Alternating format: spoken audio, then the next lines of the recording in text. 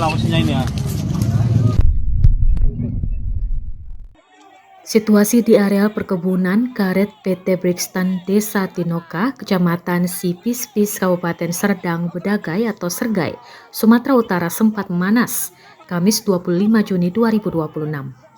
Bentrokan yang dipicu oleh sengketa lahan antara pihak perusahaan dan sekelompok masyarakat ini berujung pada pembakaran sejumlah kendaraan dan jatuhnya korban luka.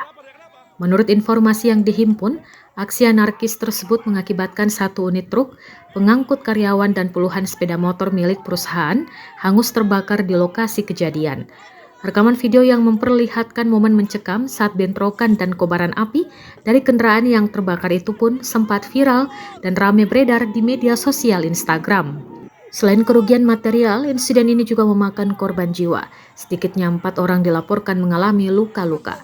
Guna mengantisipasi situasi berkembang menjadi lebih luas dan mencegah bentrokan susulan, aparat kepolisian dari Polres Serdang Bedagai segera dikerahkan ke lokasi untuk melakukan pengamanan ketat dan meredam ketegangan.